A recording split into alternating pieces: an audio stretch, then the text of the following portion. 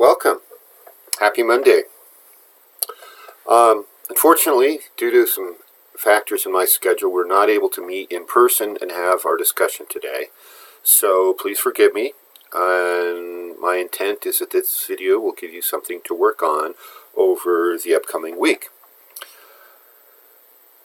For those of you who don't know me, maybe you found this video searching YouTube.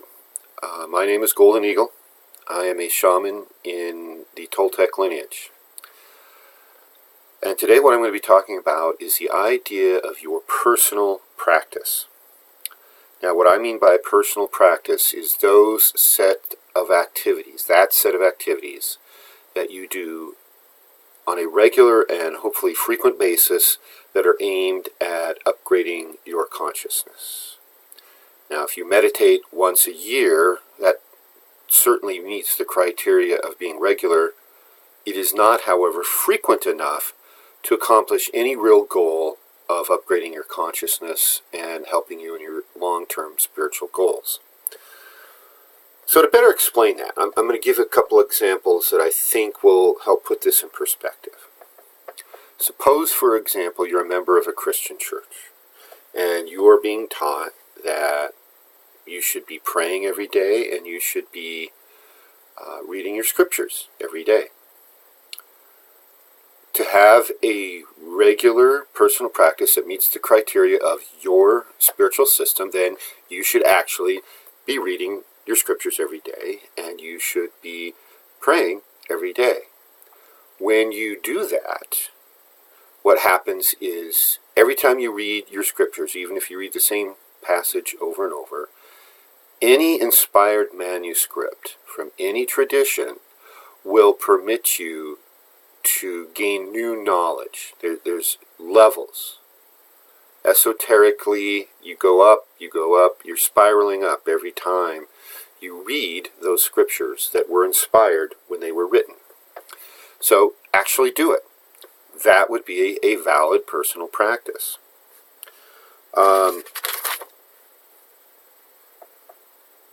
If you aren't actually doing your personal practice on a daily or almost daily basis, once a week, probably still not often enough, 4 to 5 days a week, now you're getting into the right ballpark. Ideally, it's every day. I have to confess that even I'm not perfect. If I'm traveling or something, I may not get every single piece of my personal practice done every day. If you're not actually doing it, if you're just blowing it off because you're lazy or you're tired or there's something good on television that day, I'll meditate tomorrow, then you don't actually have a personal spiritual practice. You have a personal spiritual theory. I would compare this to something you all might be familiar with, which is the subject of exercise. Everybody wants the benefits of being in great shape and having exercise, and a lot of people would love to have those benefits without actually engaging in the practice of exercise. What I would explain that those people actually have is an exercise theory, not an exercise practice. So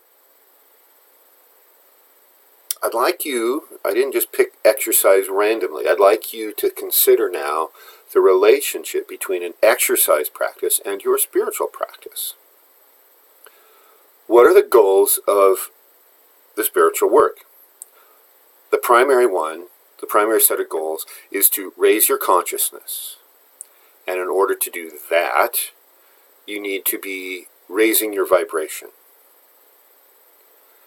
Now, through the process in physics known as resonance, there is a linking between your physical body and your higher bodies, those light bodies as they're sometimes referred to. And we have layers of consciousness that correspond to each layer of our energy bodies, our light bodies, which correspond to each of the unseen planes, as they're sometimes described. So there's the etheric plane, the astral plane, and so on, that correspond to additional planes of reality beyond what we see around here in this physical reality. So this is the Toltec work. We're upgrading our consciousness. Now, in order to do that work, you can't get there with the same level of consciousness you were born with. We have to upgrade it, just like we can upgrade the performance of our computers by adding new components, better components, faster components, more memory, faster buses, and so on and so on. And after a little while, let's say you can afford one new component a month, and you do that for a year to upgrade this computer, which was the best you had. It's all you could afford a year ago. But now, by putting away a little money, putting a little effort into the research process, now you have a computer that just blows away any of the competition out there because you've upgraded it. That is the Toltec work with our consciousness and our minds. We learn to do things with our mind and consciousness that we could not do with the level of consciousness we had when we were born. Some of the things, what do we do with it? What do we do with this? Why are we bothering to upgrade our consciousness? We need to communicate, first of all, with our own higher planes of consciousness. We have, in our energy makeup, in our energy bodies, part of our mind and consciousness that corresponds to each of those higher planes I mentioned. We need to communicate with them and use them. They have a better perspective of the universe than we do here down in the physical world. Think of it as, in some ways, analogies, being here in the physical world, in Malkuth, to use a tree of life example, is being down in a well. You can't see up and out the well when you're at the bottom of it. So we have a higher consciousness that's up there already, so we talk to it. We learn to see what it can see. We communicate with our holy guardian angel. We kind of do this all our life, but almost unconsciously. When you do the right work, you make contact with your holy guardian angel in a way that's as clear as having a conversation with a person you're in the same room with. There's other higher spiritual beings, spiritual guides, angels, ancestors, call them what you will, and by communicating with them, we enhance our work. We know more about what it is we're here to do. We even can get to a point where we are communicating directly with that highest consciousness of the universe that most people refer to as God, the one supreme God. We have to learn how to do that. It's sort of like very few of us are born natural tennis players or being able to shoot a basketball. We have to practice. And the difference between the people who play at Wimbledon and the people who play in the parking lot behind the high school is a whole lot of practice. So the difference between the shaman, the spiritual teacher who's actually attained and done these things, and anyone new to this path is a long period of time with a whole lot of practice. And I can tell you from personal experience that this is all true, and if I can do it, you can do it. I was as left-brained a scientist when I was younger as you can imagine, and if somebody told me I was right-brained and would become a shaman someday, I would have laughed and or been insulted.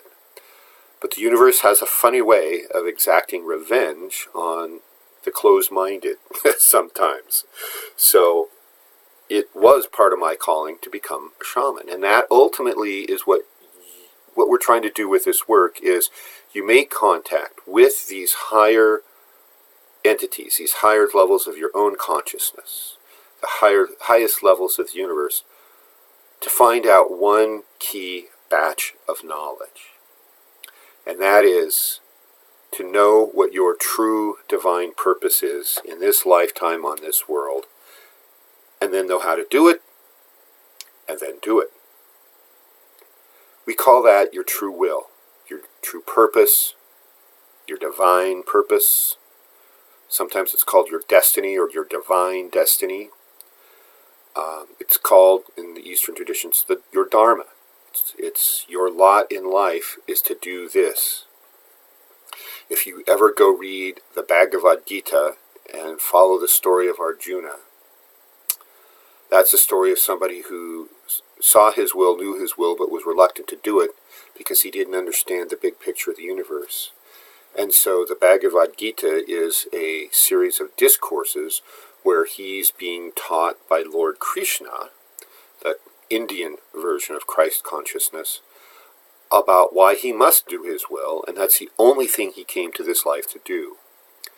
And back in the day, that book, that story, was extremely beneficial to me and helped me get over my reluctance to embrace the right side of my mind and to embrace the path of shamanism. So we want you to embrace your true will, whatever it is. Maybe your true will is, like I did, was to become a Toltec shaman. Maybe your true will is not to even engage in the Toltec work as a member of the Toltec party, but just to go out and do something else entirely. Either way, the techniques we have in the Toltec set of philosophies that have been refined over several thousand years to specifically upgrade your consciousness are, in my opinion, the strongest set of tools to do this work that are available here on Earth today. I looked over the years at many, many spiritual traditions, religions, philosophies, primarily because of a long story I won't go into today about when I fired organized religion in the first grade because they basically told me to sit down, shut up, and stop asking questions, which didn't work for me. Even at that age, I was way too much of a scientist, and I knew when I was being lied to and misled. So what it did, it caused me to go look at everything I could find, every religion, every fringe group of philosophies, and I found that core set that they all had in common. And the older you go back in time, the farther back in time, the more in common they all start to look and sound. And so that forms the basis of every true philosophy, every true religion. And they all, it turns out, follow the format of the Kabbalistic Tree of Life. So, as part of your spiritual personal practice, I recommend engaging with and learning the Kabbalistic Tree of Life, not so that you can become Jewish or a Hebrew, but because it is a true map of the universe, and it is the best such map that we have available to us. So, in the Toltec philosophies, well, let me back up. In the Toltec culture, which dates back many thousands of years, it was the Toltecs were never a genetic race. They were always have been, a multicultural society. People from all over, different races, different tribes, even multiple continents, came to Mesoamerica back in from roughly 500 BC to roughly the late 900s AD, or about 1500 year period. And all these different people studied, they brought what they all knew, and produced a synergy that was not possible by each little isolated culture working by itself. Nobody had the whole story. It was only able to be assembled when all these groups came together and worked in unity. And that's a very valuable lesson for this day and time. Just look at your internet news feed, and you'll see what I mean. How much different the world might look right now if people were focused on the idea of working together rather than fighting each other. So this Toltec work of upgrading the consciousness, one of the key findings has been everyone makes faster progress and gets farther and higher when they work together in a small group. Large groups doesn't work. It tends to break down. It's too hard for everyone to be cohesive and work together and stay on the same page. Too many distractions for too many people. It's a small group, it turns out, is a lot better than working alone, or even in 2 or 3 people. Somewhere in that 2 to 3 dozen group range, that size of 2 to 3 dozen people who are committed and doing the work, enables all of them to make faster progress than they could doing any other method. So those are some of the things we do in the Toltec work that enable us to succeed at this spiritual work of making contact with our higher planes of consciousness, making contact with our holy guardian angel, and finding out what exactly is your true will, your divine destiny, and then doing it. As we start to climb those higher planes of consciousness, it's like climbing a tower. In fact, the biblical story of the Tower of Babel and how things fell apart when they climbed too high came about in part, this is an analogy of the Tree of Life, because they didn't have a stable foundation. They were climbing the tree for the wrong reasons. They wanted to not just learn to be like God, they wanted to overthrow God, which, not a good idea. Let's just say that. So the tower fell, it crumbled. And your personal tower in your own mind and consciousness can do the same if your foundation is not stable and secure. In the physical world, our foundation is our physical bodies. This on the Tree of Life is represented by the sphere of Malkuth. So in order, through that physical process of resonance, to have the best functioning at the higher levels, we need to have the best functioning at our foundation. That means keeping our physical body as healthy as possible through exercise, through good nutrition, by not eating junk food. Quick way to do that is if you read an ingredient label and there's words of chemicals and initials that you can't pronounce, don't eat it. Avoid all the genetically modified foods and eat whole, real, natural food as it comes from its pure natural state. So leave out the refined stuff, leave out any artificial ingredient. And then the physical exercise. There is one key important method of physical exercise that you need to engage in to be successful in your spiritual work. Books have been written about the best form of exercise, movies produced, and they all miss the mark, because the one key form of exercise that you need to do is the one that you enjoy and will actually do. I don't care. As long as you move your body with your muscles to a point where you're out of breath and perspiring heavily, then you get the benefits of exercise. If you don't want to do any of that, well, I would just say, snap out of it. I have a treatment for that. It's called my sharp-toed boot therapy. You actually need somebody to force you up and move your body, and when you do, your physical body will resonate better, and your mind will resonate better. There are tons of studies that show that exercise is a better antidepressant, it's better at being anti-anxiety than any pharmaceutical drug ever created, better than any herbal medicine created. The benefits of exercise, I could do a whole hour on just that. That's not the goal of the day, other than to tell you, go find out what exercise you will actually do regularly, 3, 4, 5 times a week at least, and then do it. It's part of your personal spiritual practice.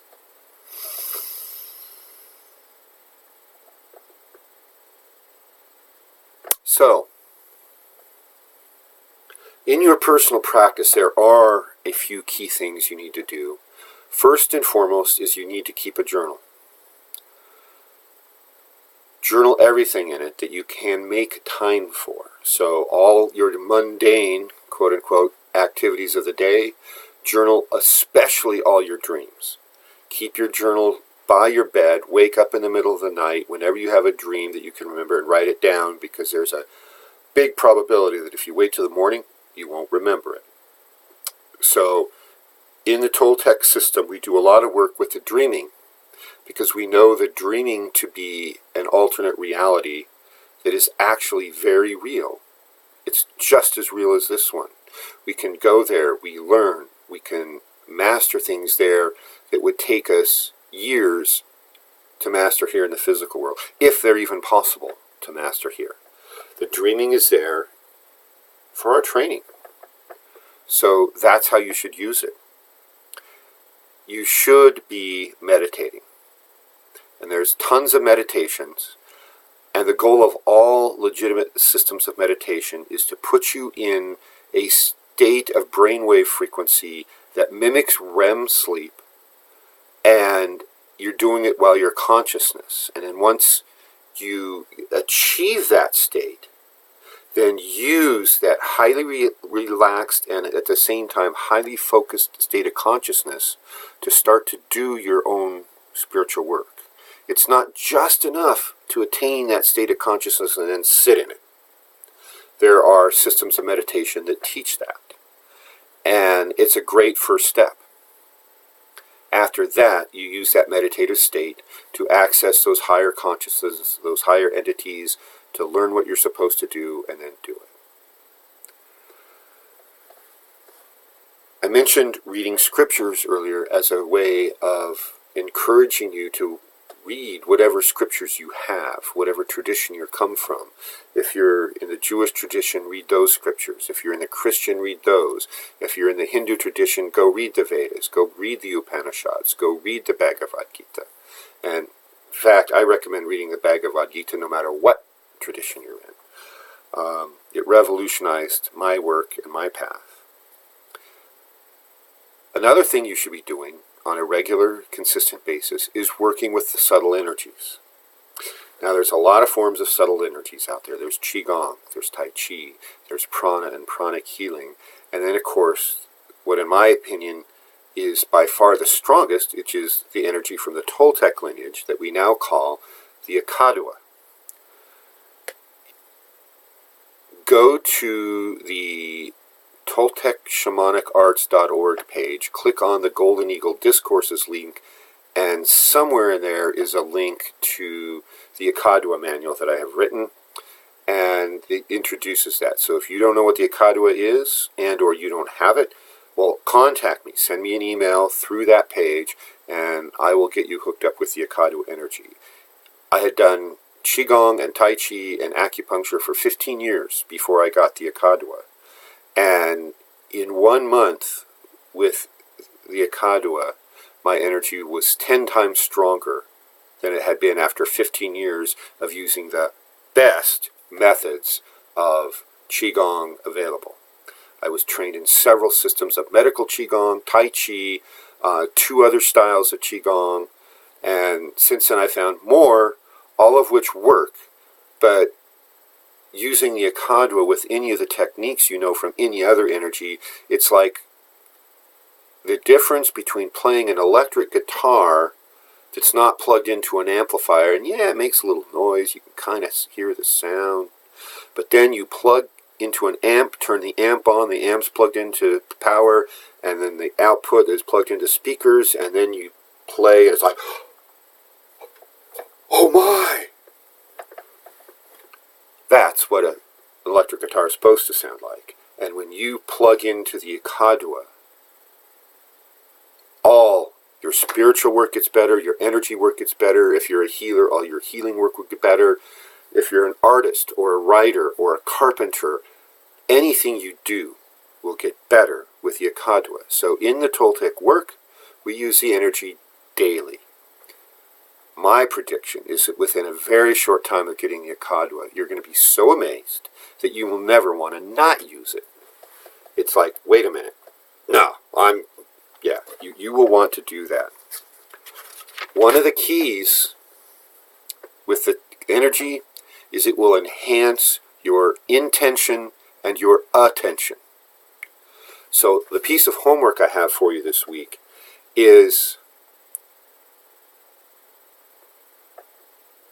to work on having an intent, a purpose, for every single thing you do throughout every single day. And I want you to write that intent down in your journal. I'm going to go mop the kitchen floor. Why? To keep my house and environment clean so it has a good feng shui vibration and will therefore support and enhance everything else I do in my house. That's your intent, as an example.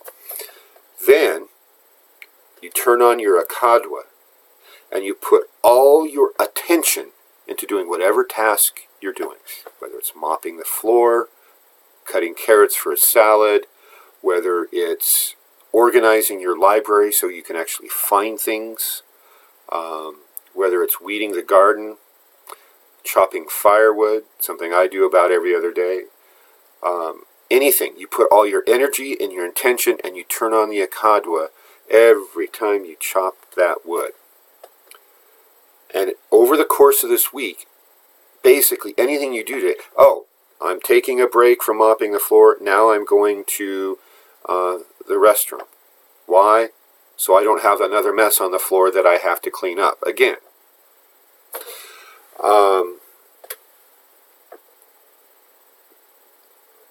So remember that all week. And if you forget, just write in your journal, I just went 3 hours of doing things and was very productive, but I didn't write down an intent. So just note it and move on and get back into it.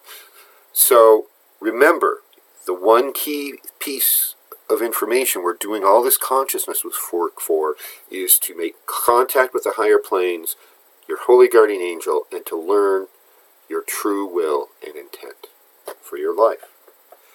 Then do it. You don't want to get to that door where you're talking to God and God says, here is what you agreed to do this lifetime, so go do it, and then just say, nah.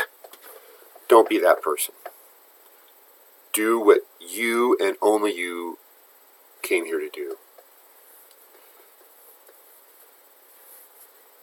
Part of this, of course, is learning that difference between what is interesting or a distraction and what is important. And only you are the ultimate judge of that. When you've done enough work and you know how to listen to those promptings and those synchronicities, and it's like, well, that superficially looks like a diversion, but I really think I need to get off the road and go over here for some purpose. I don't even know why. And then you get there, you go, aha. You meet someone. There's a bookstore. It's got the one book I've been looking for. If I hadn't followed that prompting to get off the freeway and found the bookstore that I didn't even know was there, I would never have found that book. It's out of print. It's a $500 book, and it's on sale here for $10. Wow, how cool is that? I've never quite gotten that good a bargain, but I have found $150 books for about $10 or $20. That was always fun. You are training your mind and consciousness with this Toltec work to know the synchronicities, to recognize the voice and the footprints of your angel so that you can accomplish your true will. These Toltec philosophies are powerful, the most powerful of which I know, after looking at everything I could literally find for 10 years or more. It was more before I found the Toltec work. But I had pretty much looked at everything and I wasn't finding much new, and this was the powerful work that I went into. This was the path for me. It might be the path for you, and even if it's not your ultimate path, the tools we can teach you in the Toltec work are going to be tools you can use no matter what you do in life. So I think that's enough for today. We're going to stop here and let you go off and have your week of journaling your intents and your attention and working on your spiritual personal practice. So, go forth, do good, avoid evil, and if you can't avoid evil, kick its rear end, okay? See you on the next tape.